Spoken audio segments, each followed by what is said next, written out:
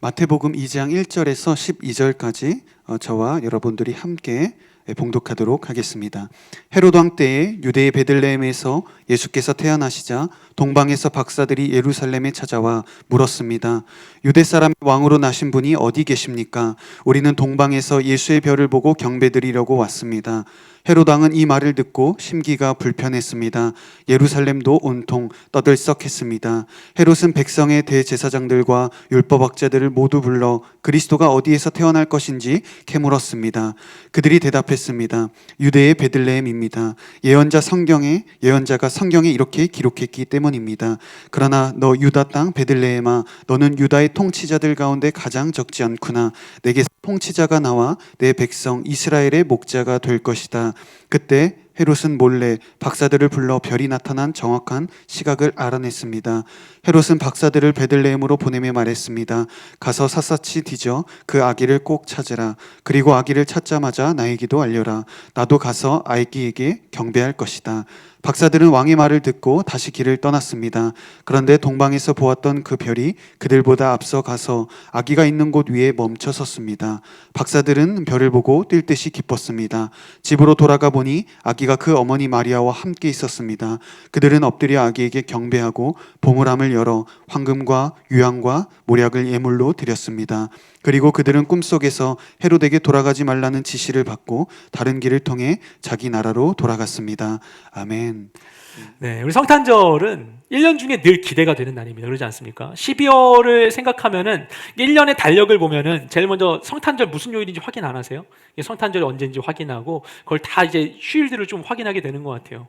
그만큼 기대되는 날이기 때문이고, 그렇게 되는 것은 매년 우리가 거듭했었던 성탄절을 늘 기쁜 추억으로 채웠기 때문인 것이겠죠.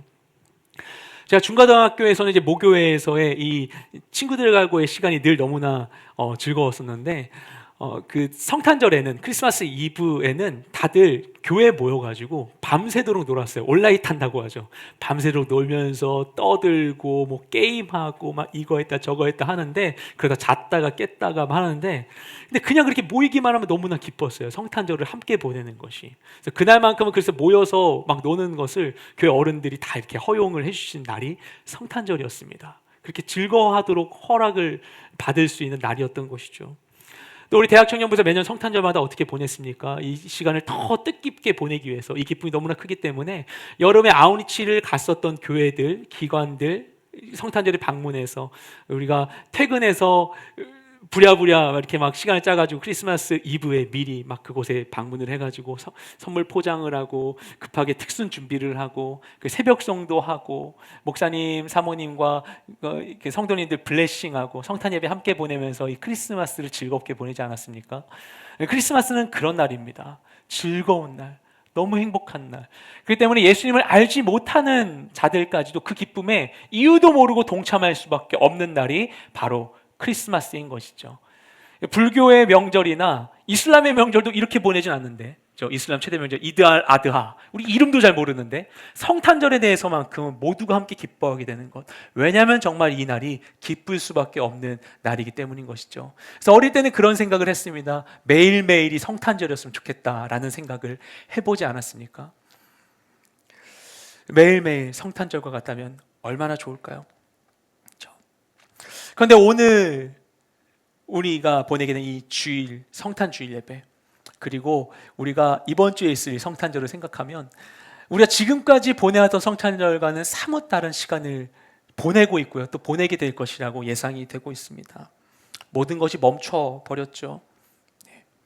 저 오는 길에 차를 타고 오는데 이제 광고판에 있더라고요. 코로나가 모든 것을 멈추기 전에 우리가 멈춰야 할 때입니다. 이렇게 얘기를 하더라고요.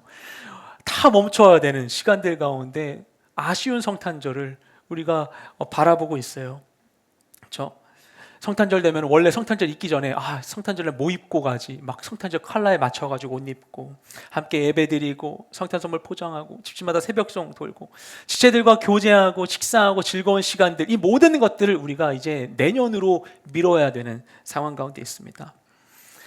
최근에 한 설문조사가 기사에 떠서 보니까요, 한 업체에서 설문조사를 했는데 그 설문 대상이었던 그 성인 남녀들을 대상으로 물어보니까 전체 응답자 중에 81.6%가 올 성탄절에 별 계획이 없다고 답변을 했습니다.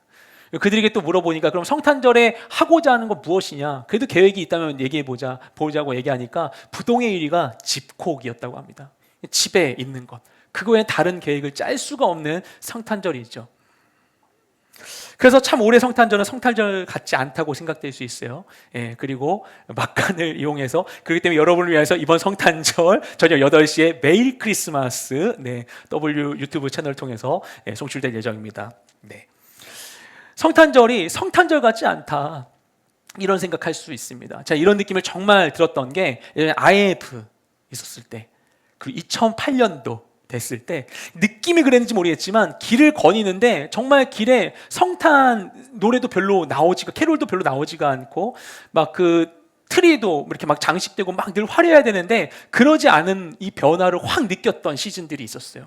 근데 올 성탄절은 그보다 더한 것 같습니다. 그죠? 사람들이 다니지를 않으니까.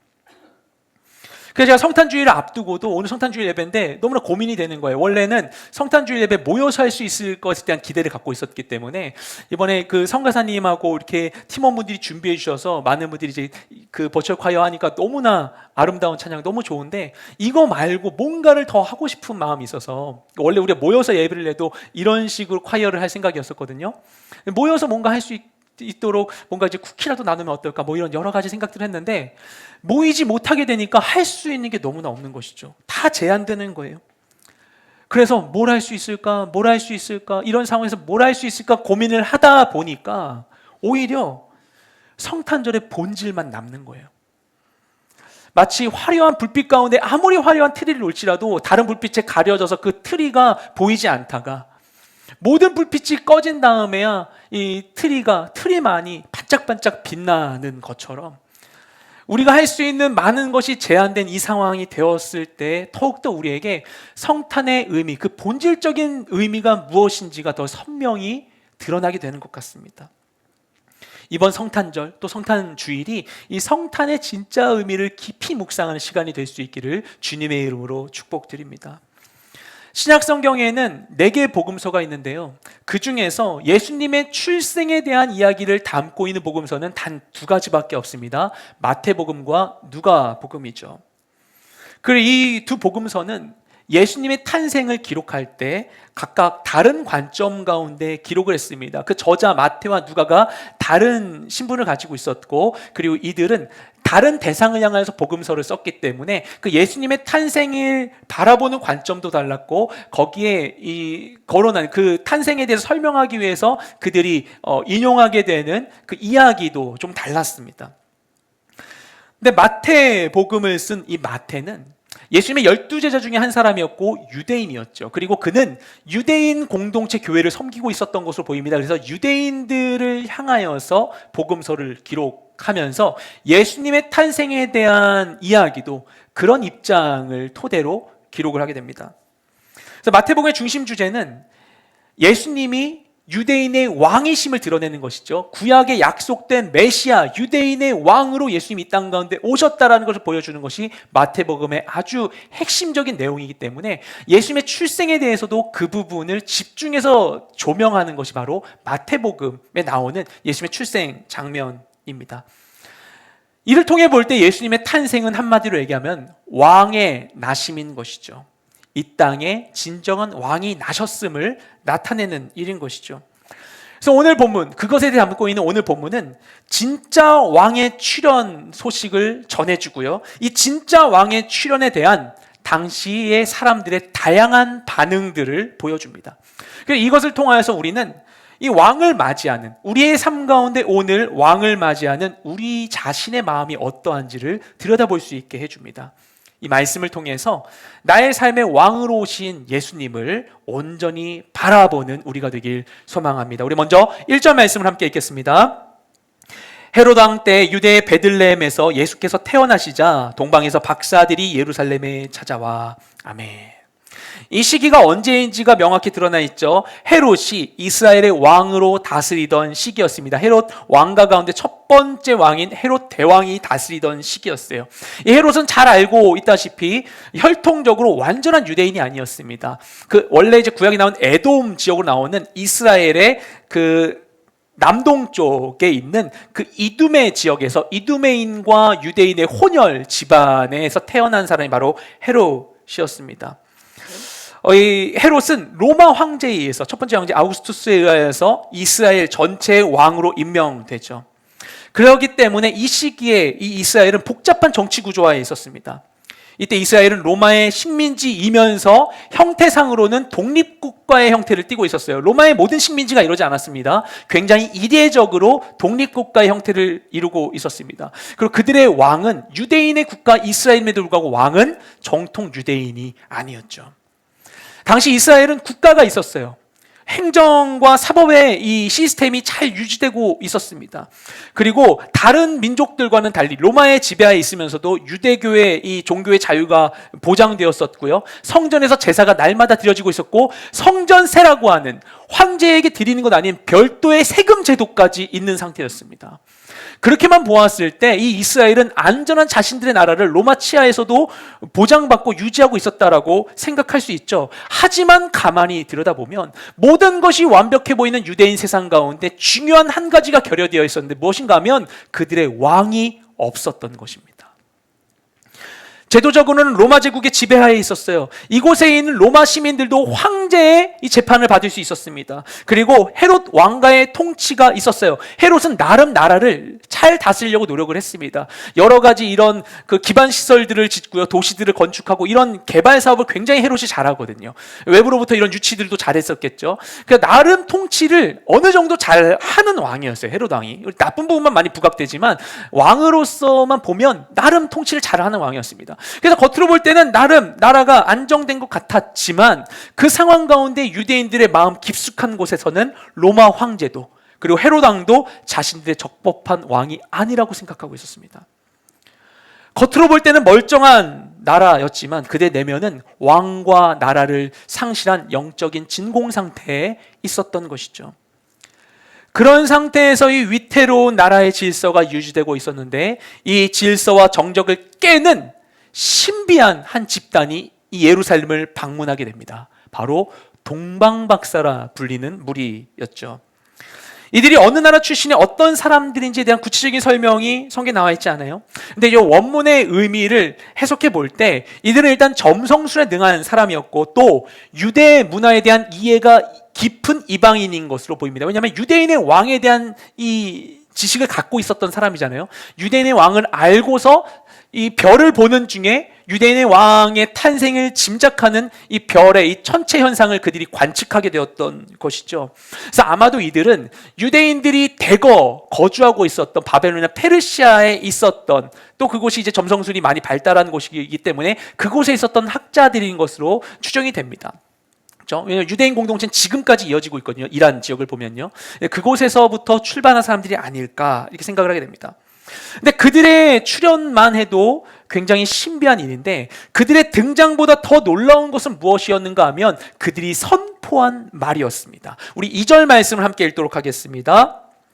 물었습니다. 유대 사람의 왕으로 나신 분이 어디 계십니까? 우리는 동방에서 예수의 별을 보고 경배 드리려고 왔습니다. 아멘. 누가복음을 보면요, 예수님께서 탄생했을 때 천사들이 베들레헴 근방의 이 들판에 있었던 목자들에게 왕의 나신 소식을 알려주게 되죠. 그죠? 이게 누가복음에 나오는 아주 중요한 장면입니다.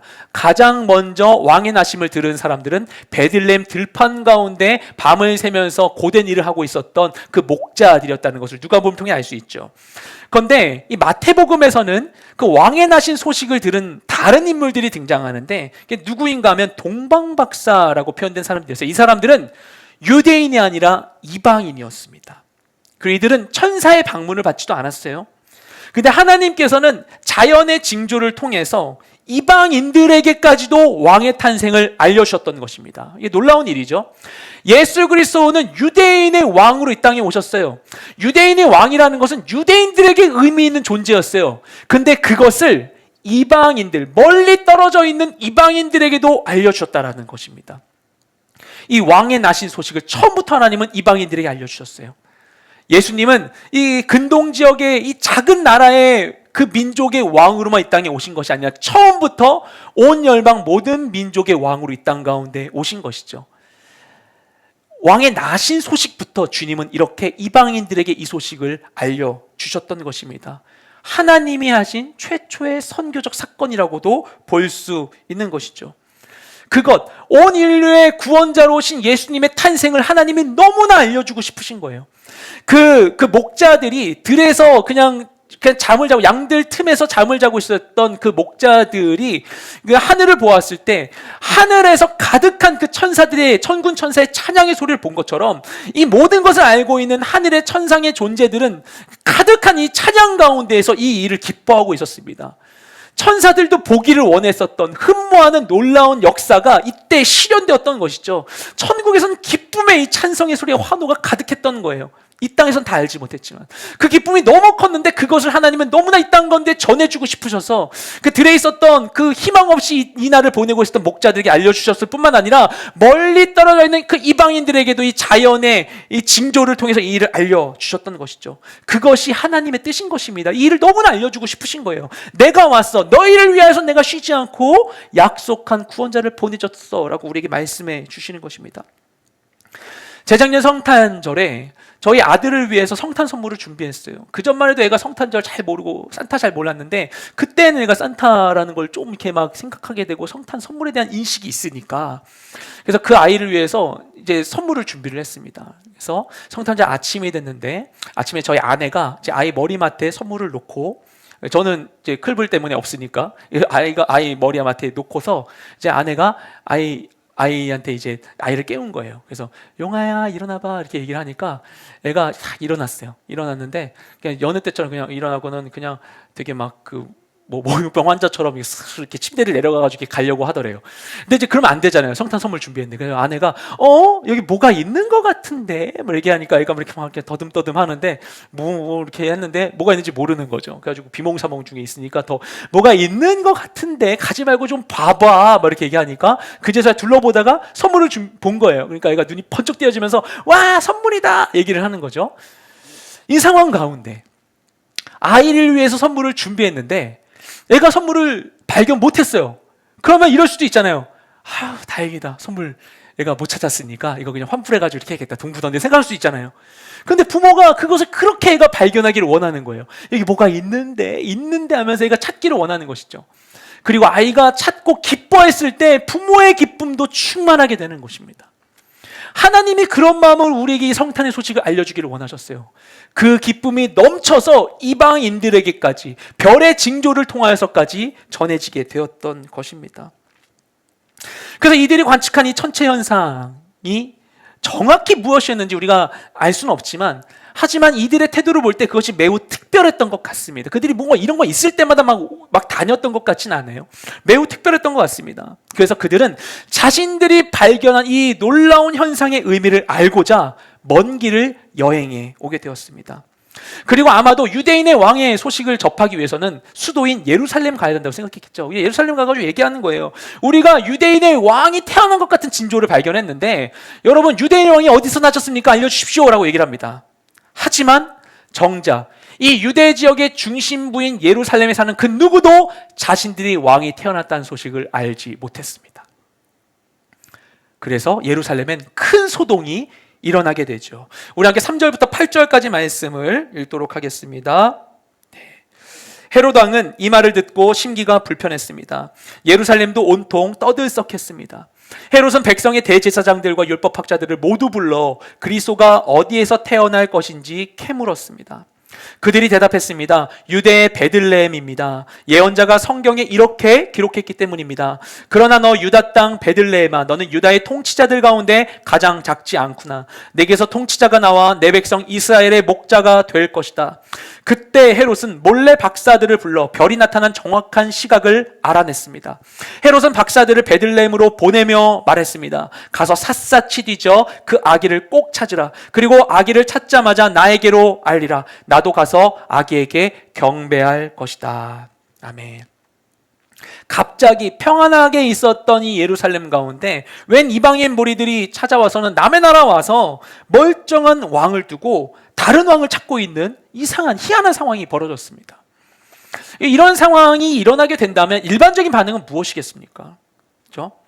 왕을 찾는데 왕? 우리 헤로드 왕이 있는데 누가 있다는 거야? 라고 얘기할 수 있겠죠. 아니면은 이 사람들 말 그냥 무시할 수도 있을 거예요. 그것도 아니면 왕이 있는데 새로운 왕이 태어났다는 말로 인하여서 왕에 대한 모욕죄로 이들을 감금할 수도 있었을 것입니다. 그게 좀 자연스럽지 않을까? 그죠? 그런데 흥미로운 것은 무엇인가 하면 이들의 출현과 말에 대해서 보여주는 헤로드 왕과 예루살렘 백성들의 반응입니다. 유대인의 왕을 찾는 이 동방 박사들의 말을 듣고서 헤로드 왕은 어떻게 했는가? 오늘 이 우리말 성경의 본문을 보면 헤로드 왕은 심기가 불편했어요. 그리고 예루살렘에 있는 사람들은 온통 떠들썩했습니다. 이들은 다 하나같이 동요하고 있었습니다. 거기에 더해서 헤로드 왕은 어떻게 하는가? 헤로드 왕의 이 행동이 굉장히 흥미롭습니다. 유대교의 최고 전문가들을 소집합니다. 대제사장들과, 그러니까 이게 구약의 관점으로 보면 대제사장은 한 명이야만 하는데, 이때에는 이 혈통적인 아론의 이 혈통을 통한 대제사장에 대한 것은 이미 헤로드 왕이 있기 전에 이미 끊어졌어요. 이 부분은 이미 이것은 앞서 있었던 이스라엘 그 왕조 가운데 하스모니아 왕조에서 끊어졌기 때문에 그 대제사장이 정치적으로 막 세워질 수 있었던 거예요. 그러니까 동시에 여러 대제사장 출신들이 있었던 것이죠. 그래서 대제사장들과 율법학자들을 소집합니다. 헤로드 왕이. 그리고 얘기하는 거예요. 너네들이 유대교 잘 아니까 성경 살펴봐서 어디서 메시아가 나는지를 나에게 알려줘 라고 얘기하는 것입니다. 그렇죠? 그러자 대제사장들과 율법학자들이 정확하게 대답합니다. 성경을 보니까 베들레헴에서 탄생한다고 나와 있습니다. 미가서 5장 2절 말씀을 근거로 대답한 것이죠. 베들레헴 에브라다야 너는 가장 작지 아니하도다. 이 말씀을 인용하여서 그 외 몇몇 말씀들을 종합적으로 검토해서 얘기한 내용으로 보입니다. 그래서 정확하게 대답합니다. 정확한 답변입니다. 그러니까 이것을 통해 볼 때 우리가 여기에 함의되어 있는, 숨겨져 있는 다른 것을, 이 본문에 나와 있지 않은 다른 진실을 우리가 쉽게 유추할 수 있죠. 헤로드 왕과 이 유대인 지도자들은 유대인의 왕의 정체를 알고 있었던 거예요. 이방인들이 와서 난데없이 유대인의 왕으로 난 이가 누구냐고 물어보는데 그게 누구인지 이들은 그냥 바로 짐작할 수 있던 겁니다. 그래서 이 본문을 보면요, 이방인 이 동방박사들이 유대인의 왕이 어디냐고 물어보는데 헤롯은 이 대제사장들과 율법학자들 향해서 뭐라고 얘기합니까? 그리스도가 어디서 태어나냐고 물어봅니다. 유대인의 왕으로 그들이 얘기한 자가 바로 성경의 구약에 약속된 그리스도라는 것, 메시아라는 것을 헤롯은 바로 짐작했던 것이죠. 이 정체가 무엇인지를 그는 알았던 거예요. 그리고 이 유대인 종교 지도자들 역시 알았던 거예요. 그래서 그들은 말씀을 통해서 정확한 메시아의 출생 장소를 집어냅니다. 또 베들레헴 에브라다, 미가서 5장 2절에 나왔었던 그 베들레헴으로 볼 뿐만 아니라 베들레헴은 또한 다윗의 고향이기 때문에 다윗의 혈통으로 난 메시아가 거기서 나타나는 것은 당연한 일이었어요. 그들의 관점으로 볼 때 그들은 메시아를 알고 있었어요. 그 동방박사가 얘기하는 유대인의 왕이 자신들이 그토록 기다렸던 그 메시아의 탄생에 대한 놀라운 하나님 계시라는 걸 그들이 알고 있었습니다. 창세기 3장 15절에부터 약속됐던 그 여자의 후손, 그렇죠? 아브라함에 약속하셨던 바로 그 복의 근원이 되는 자, 그리고 유다를 통해서 바로 그 사람, 다윗의 혈통을 이을 진정한 왕, 우리가 기다렸던 메시아에 대한 이야기겠구나라고 모두가 생각할 수 있었던 거예요. 당시 유대 사회에서 그냥 당연한 일이었던 것입니다. 하지만 그들이 이것이 무슨 이야기인지, 이게 어떤 일인지를 짐작하고 있었고, 그 메시아에 대해서 분명히 알고 있었음에도 불구하고 헤롯 왕과 유대인 종교 지도자들은 이 사실을 기뻐하지 않습니다. 헤롯은 마음이 불편했고요, 유대인들은 불안했습니다. 우리 헤롯에 대해서 좀 살펴봤으면 좋겠는데, 헤롯은 굉장히 특별한 사람이에요. 독특한 사람입니다. 굉장히 복잡한 이런 삶의 경험을 가지고 있는 인물입니다. 아까 말씀드렸다시피 헤롯은 이두메인과 유대인의 혼혈 집안에서 태어난 사람이죠.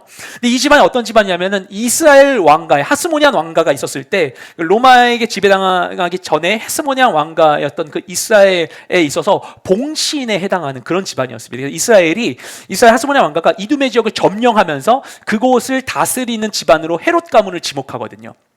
날마다에서 이스라엘 밑에 있었던 가문인데 이 사람들이 로마에 이스라엘이 정복되는 상황 가운데에서 놀라운 정치적 수완을 발휘하여서 이 권모술수를 통해서 이스라엘 왕의 자리를 계속 지킵니다.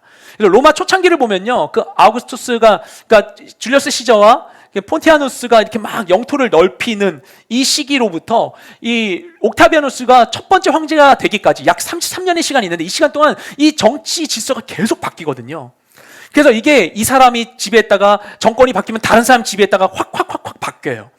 그런 상황 가운데 여기 막 안토니우스가 여기를 지배하기도 했고 레피두스가 지배하기도 했고 막 여러 가지 일들이 있는데 그 상황 가운데 정권이 왔다 갔다 바뀌는 상황 가운데 헤롯 가문은 계속해서 이 연주를 잘 대서 자기들이 계속해서 이곳에 이 왕권을 가질 수 있도록 계속 해냅니다. 대단한 수완이죠. 그리고 결국 마지막에는 이 헤롯 왕이 옥타비아누스로부터 이스라엘에 대한 적법한 왕으로서 완전히 임명을 받게 됩니다. 로마에 가서 왕으로 임명을 받아요. 그런데 헤롯이 로마에서 황제에게 왕의 임명을 받고서 돌아오는 중에 그를 기다리고 있었던 것은 무엇이었냐면은 유대인들의 대대적인 시위였습니다. 우리는 너를 왕으로 맞이할 수 없다. 로마 황제가, 로마 식민지인 곳에 로마 황제가 그렇게 정해준 것임에도 불구하고 헤롯이 진짜 법적 왕이 됐음에도 불구하고 그것을 거부할 정도로 유대인들은 그 민족주의가 굉장한 이들이었어요. 어떻게 혼혈 민족인 네가 우리를 다스리느냐. 헤롯은 그래서 왕이 되자마자 바로 진짜 왕이 되지 못하고 3년 동안이나 자기 백성과 전쟁을 치러서 왕의 자리를 취하게 됩니다. 그러니까 헤롯이 얼마나 힘들었겠어. 그 시간 가운데 그는 이 그 열등감과 거절감으로 왕을 시작했던 인물입니다. 그는 스스로를 유대인으로 생각했어요. 헤롯 왕은 자신이 유대인을 생각했어요. 그래서 유대인을 위해서 뭘 합니까? 예루살렘에 화려한 성전을 지어주죠. 화려한 성전을 짓고 성전에서 제사가 진행될 수 있도록 계속 전폭적인 지원을 합니다. 그래서 아까 말씀드렸던 3년간의 유대인 간의 전쟁 중에도 유대인 성전을 위해서 예물을 계속 공급해 주는 게 헤롯입니다. 그는 자신을 유대인이라고 생각했어요. 자신의 여동생이 외국의 왕가에게 시집을 가는 상황에서도 상대편이 청혼을 하는데 조건을 뭘 거냐면요, 그럼 네가 유대교로 개종해야 된다고 얘기합니다. 자신의 자녀들을 로마로 유학을 보내는데 로마에서 공부할 때에도 그곳에 있는 유대인의 가문의 자녀들과 함께 교육받도록 합니다. 그리고 이 유대교가 지켜질 수, 종교의 자유를 보장받게 한 인물도 바로 헤롯이었어요. 헤롯은 자신을 유대인이라고 생각했어요. 여러 가지 증거에서 나옵니다. 그럼에도 불구하고 유대인들은 끝까지 헤롯을 유대인으로 인정하지 않고 자신들의 적법한 왕으로 인정하지 않고 있었습니다. 그래서 헤롯 왕은 집권 내내 강한 권력욕과 반역에 대한 두려움에 시달렸습니다. 특히 집권 후반 10년 동안은 이 정적 제거하는 일에만 골몰하게 돼요. 그 과정에서 자신의 아내 미리암네를 죽이고 자신의 아들 중 2사람을 죽이게 됩니다. 한 명은 헤롯이 죽기 5일 전에 죽이게 됩니다. 자신의 왕권을 넘볼까 봐서. 헤롯은 그런 인물이었어요. 그는 유대인의 왕이 되고자 했습니다. 하지만 자기 백성으로부터 외면당한 왕이었습니다. 그런데 그런 그에게 진짜 유대인의 왕이 태어났다고 하니 그것이 헤롯 왕을 얼마나 초조하고 불안하게 만들었겠습니까? 마음이 편할 수가 없는 거예요. 결국 그는 유대인을 자처했던 헤롯은 유대인의 진짜 왕을 죽이고자 결심하게 됩니다. 스스로 유대인이라 여기고 그래서 성전을 짓고 성전 제사를 드렸지만 하나님의 뜻이 자신의 욕망과 충돌했을 때 그는 진짜 왕을 맞이하지 않고 오히려 죽이려고 합니다. 헤롯 왕은 자기 자신을 자신의 왕으로 삼았던 것입니다. 이런 헤롯의 태도는 앞서 설명드렸던 그의 성향을 보면 우리가 이해할 수 있죠. 헤롯이 왕을 죽이려고 했던, 유대인의 왕을 죽이려고 했던, 베들레헴에 낳았던 그 모든 아이들을 학살하는 명령을 하게 되었던 그 이유를 우리가 헤롯의 이 스토리를 통해서 우리가 짐작할 수 있어요. 그러면 이 소식을 들은 헤롯 왕 말고 예루살렘에 있었던 다른 유대인들은 어떤 반응을 보였던 것인가? 이들은요, 앞서 말씀드렸다시피 헤롯을 유대인의 왕으로 인정하지 않았습니다. 로마의 압제 속에서 유대인의 나라가 회복되기를 갈망하고 있는 존재들이었어요. 그리고 말라기 선지자를 끝으로 더 이상 하나님의 계시가 이들에게 전해지지 않고 있는 상황 가운데 하나님의 선지자가 나타나기를 갈망하고 있는 사람들이 이 당시 유대인들이었습니다. 그러면 이들에게 왕의 나심에 대한 소식이 들려졌을 때, 자신들의 왕이 드디어 이 땅 가운데 났다는 소식을 들었을 때 가장 기뻐해야 될 사람들이 바로 이때 유대인들 아니겠습니까? 그런데 이들은 불안하고 두려워합니다. 이 3절 말씀, 그 왕의 나신 소식에 대한 이 사람들의 반응을 보여주고 있는 3절 말씀을 보면요, 이 그 왕의 이 나신 소식에 대해서 반응한 주체는 헤롯 왕과 예루살렘 백성 둘로 나뉘는데, 이들의 이 반응을 나타내는 동사는 하나만 등장합니다. 하나. 그 뜻은 동요되다, 선동되다, 소동하게 되다, 고민하게 되다, 이런 의미를 품고 있어요. 그러니까 이 문장 구조에서 알 수 있는 게 헤롯 왕과 이스라엘 백성들이 한 마음으로 같은 반응을 보이고 있었다라는 거예요. 똑같이 두려워하고 불안해하고 안절부절하지 못하고 있었던 것입니다. 헤롯 왕은 이해가 돼요. 근데 유대인들은 왜 그래야만 했었던 것인가?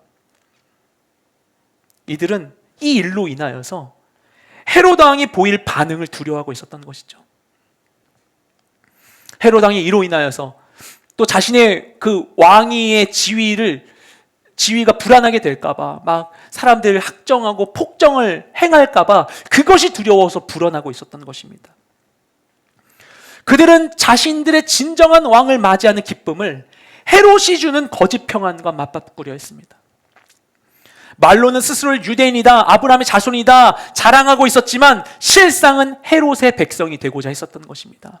그랬던 그들이 무엇을 보여줍니까? 자신들이 아브라함의 자손이다 막 당당하게 외쳤던 자들이 예수님, 유대인의 왕으로 나신 분에 대해서 이분에 대한 처분을 어떻게 하겠냐는 로마 총독 앞에서 죽이라고 이야기하지 않습니까?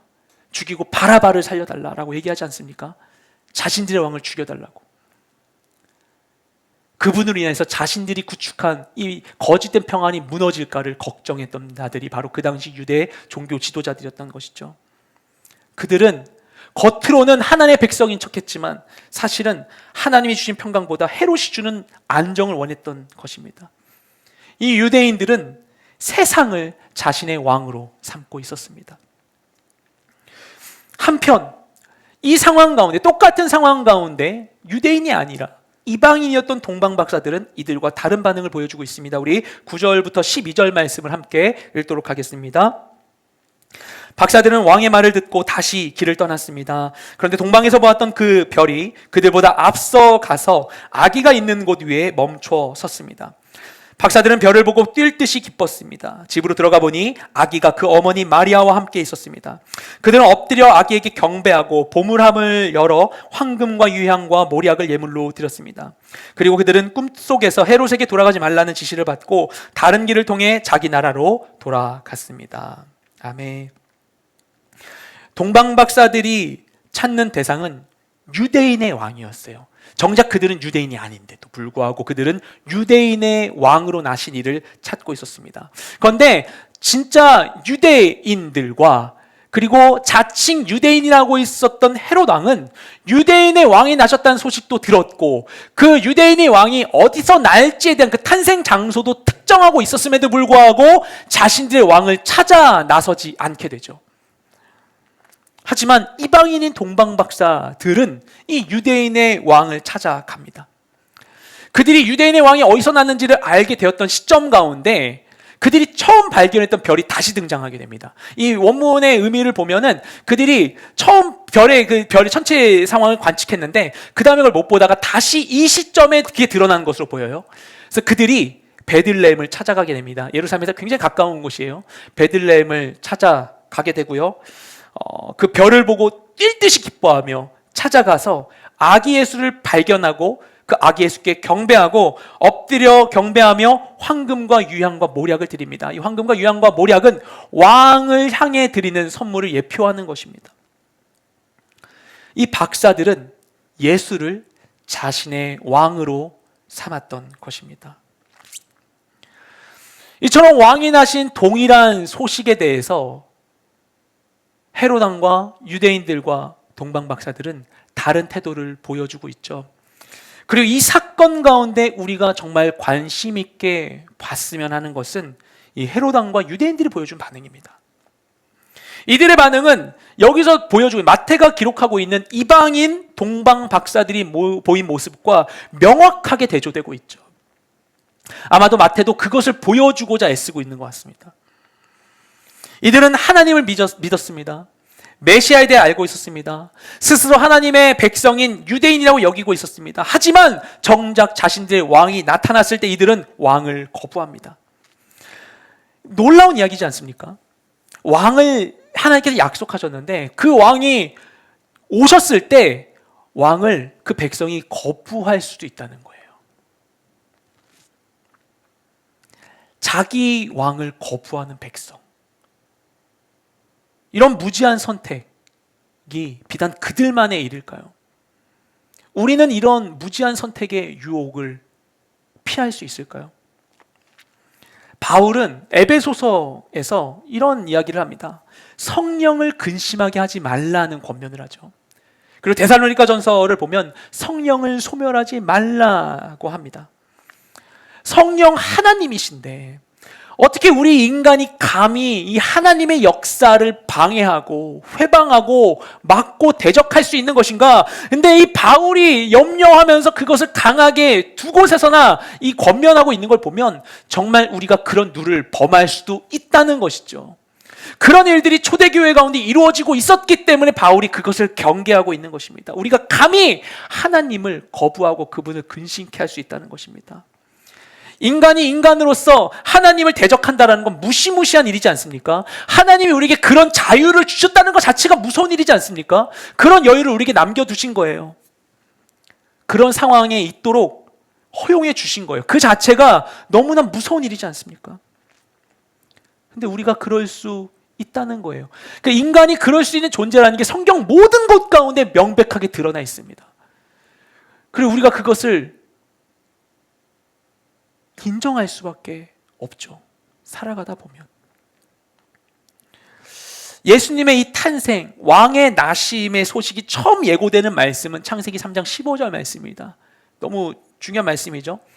에덴 동산에서 하나님께서 에덴 동산에서 처음 범죄한 인간을 향하여서 여자의 후손 가운데 구원자를 보내시겠다는 약속을 주시죠. 그게 창세기 3장 15절 말씀입니다. 그런데 그런 약속을 하셔야만 했던 인간이 처음으로 저지른 죄가 무엇입니까? 동산 중앙에 있었던 선악을 알게 한 나무 열매를 먹은 것이었죠. 잘 보면요, 창세기 2장을 보면 하나님께서 에덴 동산을 지으시고 거기에 인간이 살게 하시는데 동산 중앙에 가장 중요한 자리 가운데 두 그루의 나무를 세웠다라고 나와 있습니다.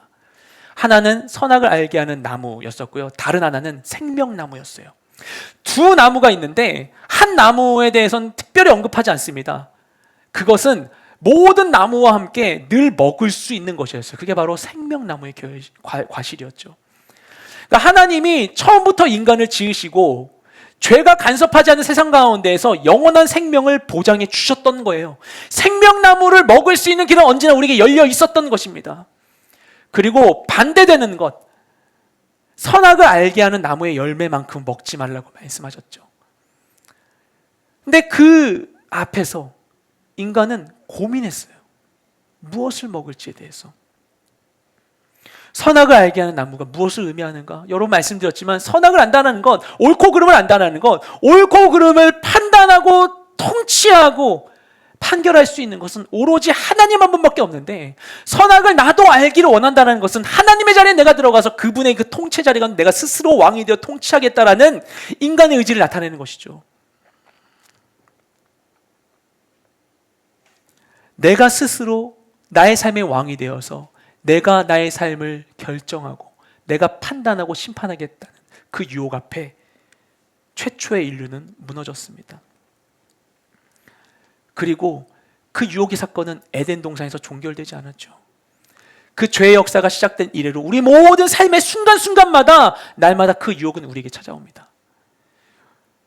분명 아담과 하와는 에덴의 동편으로 떠나가게 되었지만 우리는 아직도 하나님이 지으신 동산 안에서 그 두 그루의 나무 앞에 서 있습니다. 나에게 생명으로 오신 예수 그리스도, 그분의 생명을 취할 것인가, 아니면 스스로 내가 왕이 되기를 선택할 것인가. 하나님 우리를 구원하시기 위해서 진짜 왕을 이 땅에 보내주셨어요. 그리고 그 왕을 선택할 수 있도록 생명으로 가는 길을 우리에게 다시 열어주신 하나님께서 그 왕의 나심을 기억하고 그 왕을 날마다 우리의 삶 가운데 초청할 수 있도록 우리에게 이 귀한 성탄절을 허락해 주셨죠. 성탄절은 나의 왕을 기억하는 날입니다. 내가 어디에 속해 있는지, 내가 어느 시민으로 살아가는지 나의 소속을 확인하는 날입니다. 우리 인생에 진정한 왕이 세워지고 하나님의 나라가 회복되는 영적인 독립 기념일이 바로 성탄절인 것입니다. 내 왕이 누구인지를 기억하는 날, 내가 어디에 속해 있는지를 기억하는 날, 그게 성탄절인 것이죠.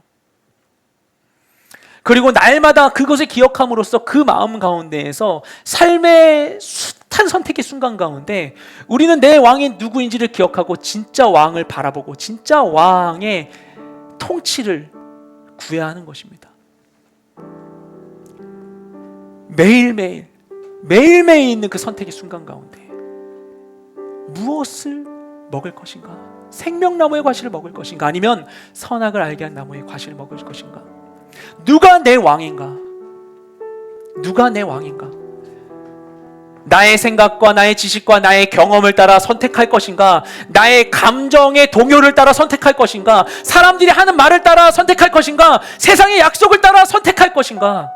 아니면 영원한 왕 대신 주님의 약속을 따라 믿음으로 선택할 것인가?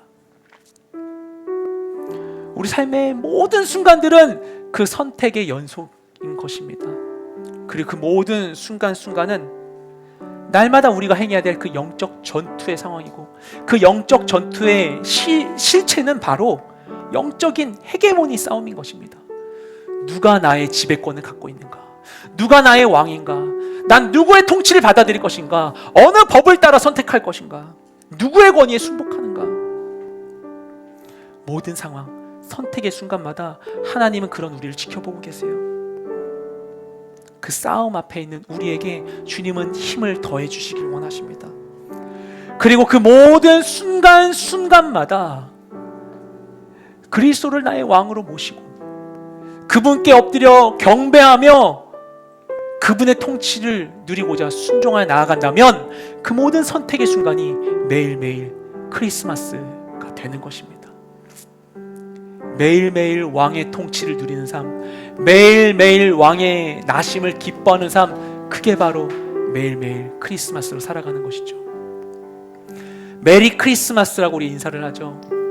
메리는 즐거운이라는 의미를 갖고 있고, 크리스마스에서 먼저 크리스는 그리스도를 의미하는 그리스도, 크리스는 그리스도에 대해서 줄이는 것이라고 볼 수 있겠고, 마스는 경배하다라는 뜻입니다.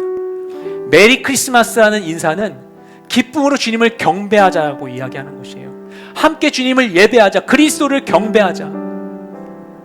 크리스마스를 누리는 방식이 이 인사말이 있지 않습니까? 주님을 경배하는 것. 근데 우리가 매일매일 기쁨으로 주님을 경배할 수 있다면 그 매일매일이 크리스마스 아니겠습니까? 주님을 왕으로 초청하여 매일매일 삶을 주님의 통치 가운데에서 성탄의 기쁨으로 누리며 살아가는 우리 모두가 되시기를 주님의 이름으로 축복드립니다. 서로 모이기 어려워서 너무나 다른 이 풍경 가운데에서 성탄절 같지 않다라고 생각할 수 있는 올해 이 성탄절 가운데 왕 되신 주님을 기억하고 그분을 삶의 자리 가운데 초청함으로써 온전한 성탄의 기쁨을 누리는 우리 모두가 되시기를 주님의 이름으로 축복드립니다. 우리 시간에 그 주님, 왕 되신 주님, 내 삶의 모든 자리 가운데 그분의 통치가 임하도록 그분을 초청하는 마음으로 시간 찬양의 고백을 좀 드렸으면 좋겠어요. 시간을 들고 이 땅 가운데 오신 주님, 영원에서 순간을 향하여 오신 주님, 영원의 기쁨을 포기하고 이 순간 가운데 육체로 오신 그 주님을 향하여서 나의 삶 가운데 임하여 달라고, 주님의 기쁨과 통치에 동참할 수 있도록 나를 붙들어 달라고 우리 합심하여 주님께 마음을 담아 이 시간 찬양하고 기도하며 나아가기 원합니다.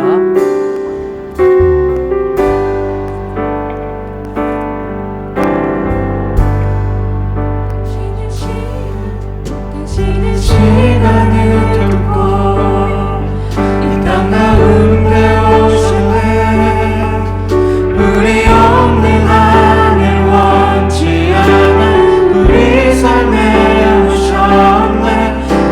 자신의 편안 버리고 우리에게 평안 주셨네.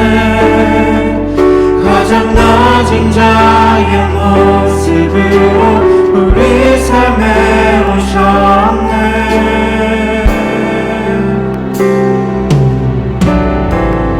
하나님 우리와 영원히 함께 하시네. 흠없는 우리에게 그 나라 보여주시네. 연약한 자들의 친구가 되어주시고 힘없는 우리의 인생을 위로하시네. 우리 다시 한번 주님께 찬양을 나아갑니다. 당신은 시간을 뚫고 당신은 시간을 뚫고 이 땅 가운데 오셨네.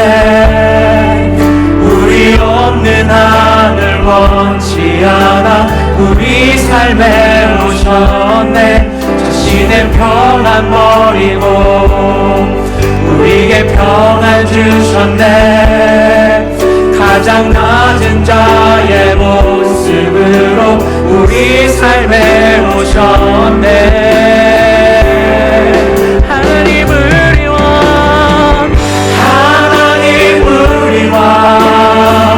영원히 함께 하시네. 흠없는 우리에게 그 나라 보여주시네. 연약한 자들의 친구가 되어주시고 힘없는 우리의 인생을 위로하시네. 하나님 우리와 영원히 함께 하시네. 흠없는 우리에게 그 나라 보여주시네. 연약한 자들의 친구가 되어주시고 힘없는 우리의 인생을 위로하시네. 하나님 우리와 영원히 함께 하시네. 흠없는 우리에게 그 나라 보여주시네. 연약한 자들의 친구가 되어주시고 힘없는 우리의 인생을 위로하시네. 이 시간 우리 찬양의 고백과 같이 오늘 말씀 가운데 주신 하나님의 은혜를 쫓아 우리 잠시 자신의 자리 가운데 마음으로 주님께 기도하며 나아가기 원합니다. 자신의 가슴에 손을 얹고 이 시간 마음을 다하여 주님께 기도하며 나아가기 원합니다. 주님, 나의 삶의 이 자리 가운데 왕으로 임하여 주시옵소서. 오늘도 우리가 아버지 하나님 내일을 장담할 수 없는 삶의 자리 가운데 살아가고 있습니다. 아버지, 나의 삶의 아버지 진짜 질서를 찾기 위해 안정과 평강을 얻기 위해서 우리가 수고하고 있사오나 아버지, 내가 스스로 왕이 되어 세상에게 왕의 권세를 줌으로써 세상이 주는 그 잠시 있다 사라져버릴 아버지의 평안 가운데 거하지 않게 하여 주시옵시고 내 삶 가운데 영원한 복을 허락하시고 영원한 통치를 주신 하나님을 향한 내 삶을 맡겨드리며 주님의 통치 가운데 거하는 우리 모든 인생 되게 하여 주시옵소서. 나의 가정 가운데 아버지, 나의 삶의 모든 직장 가운데 알 수 없는 나의 미래의 모든 순간 가운데 왕으로 임하여 주시옵소서. 아버지, 거룩한 홀로 나를 다스려 주시옵소서. 나의 삶의 모든 자리 가운데 주님을 왕으로 초청하며 합심하여 주님께 기도하며 나아가기 원합니다. 기도하시겠습니다. 주님, 우리 삶 가운데 왕으로 임하여 주시옵소서. 주님, 진짜 왕을 찾기 원한 나의 그 삶의 자리 가운데 지금 주님의 얼굴을 구하고 있는 나의 이 아버지 하나님 연약한 마음을 받으시고 삶의 자리 가운데 벗어날 수 없는 아버지 하나님 안전을 위해 머물 수밖에 없는 경계된 나의 삶의 자리 가운데 아버지 하나님 평안을 찾고자 하는 나의 가정 가운데 아버지 하나님 주님의 일들을 기대하며 아버지 하나님 나를 보호해주는 자 없이 아무런 안전장치 없이 내 편안을 찾을 수 없는 것만 같은 그 사회생활 가운데 그 모든 삶의 자리 가운데 약속된 것이 명확하지 않은 아버지 불투명한 미래를 향해 나아가고 있는 오늘 하루를 살아가는 나의 삶 가운데 아버지, 그리고 내가 아직 하지 못한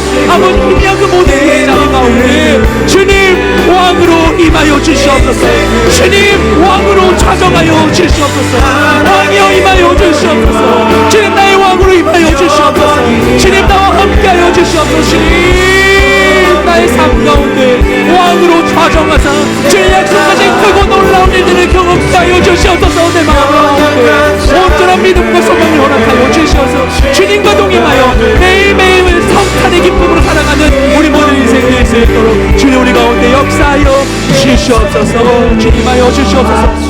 한 번만 더 기도하며 나아갈 때 이 세대를 향하여서 하나님의 통치를 이루어 주시도록 함께 기도하며 나아가기 원합니다. 우리 앞서도 나라 민족에서 기도했지만 우리 한 번 더 기도하기 원합니다. 주님, 이 시대 가운데 많은 이들이 자신의 왕을 찾고자 하고 주인을 찾고자 하고 방법과 질서를 얻고자 하나 아버지 안에 알지 못한 채 아버지 우리 방황하는 양과 같이 헤매고 있습니다. 이 시대 가운데 진정한 평강을 허락하실 공평과 정의를 우리 다스리시고 오직 주님이신 줄 믿사오니 모든 삶의 자리 가운데 동방박사에게 계시하신 것 같이 주의 뜻을 보여 주시어서 참된 왕이신 주님을 초청하며 주님께로 돌이켜 나아가는 이 나라 이 세대 우리 또한 젊은이들 낼 수 있도록 역사하여 주시옵소서. 우리 합심하여서 이 나라 이 민족을 위하여 특별히 이때 청년 세대를 위해서 합심하여 주님을 향하여 우리 주여 한번 주여 기도하며 나아가겠습니다. 주여, 주님 감사드립니다. 주님만이 우리의 왕이십니다. 아버지 하나님, 왕을 알지 못한 채 왕을 찾지 못한 채 진정한 평강을 누리지 못한 채 헤매고 있는 방황하는 수많은 영혼들이 있습니다.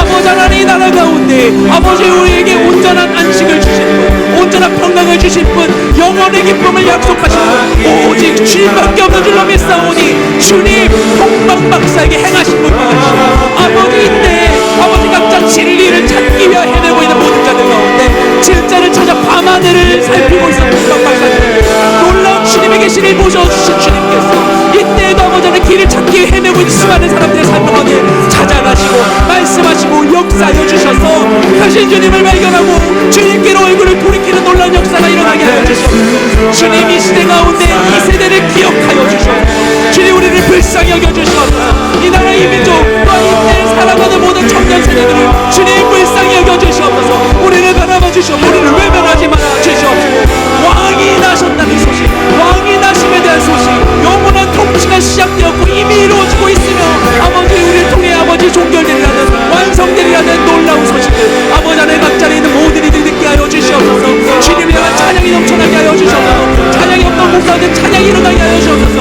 하나님만 홀로 영광받는 이 나라 이 민족 모든 젊은 세대들의 삶의 자리가 될 수 있도록 주님 임하여 주시옵소서. 주님 역사하여 주시옵소서. 왕이여 오시옵소서. 왕이여 오시옵소서. 왕이여 오시옵소서. 주의 백성들로 인하여 주님 영광을 받아 주시옵소서. 백성들의 찬양을 통해 높임을 받으소서. 주여 우리 가운데 임하여 주시옵소서. 주여 우리 가운데 임하여 주시옵소서. 주님 가운데 임하여 주시옵소서. 우리 주님이 너무나 필요합니다. 진짜 왕이 필요합니다. 진짜 통치가 필요합니다. 진정한 정의와 질서가 필요합니다. 참된 평강이 필요합니다. 아무것도 나를 위하여서 무엇도 약속할 수 없고 보장할 수 없고 이 시대가 더욱더 스스로 왕이 되고 각자 도생의 길로 나아가는 것이 아니라 진짜 왕을 향하여서 우리 마음을 모으는 우리 모두가 될 수 있는 주 역사하여 주시옵소서. 고마우신 주님 감사드립니다. 모든 상황 가운데 우리의 유일한 왕 되시는 주님만을 바라보며 나아가길 원합니다. 주님, 우리가 나의 삶에 나의 시선을 빼앗겨서 스스로 해야 된다고 생각하고 세상이 원하는 대로 해야 된다고 생각하며 거짓된 강박에 둘러싸여서 헛된 것을 바라보며 헛된 것을 위해 수고하지 않게 하여 주시옵시고 이 동방박사들의 이 한마디와 같은 왕이 나셨다라는 그 진리 앞에 우리가 눈을 떠서 삶의 자리 가운데 왕의 보좌를 예비하고 왕을 초청하며 그분과 함께 의미 있는 삶을 살아내고 선한 결실을 이루어내는 우리 모두가 될 수 있도록 역사하여 주시옵소서.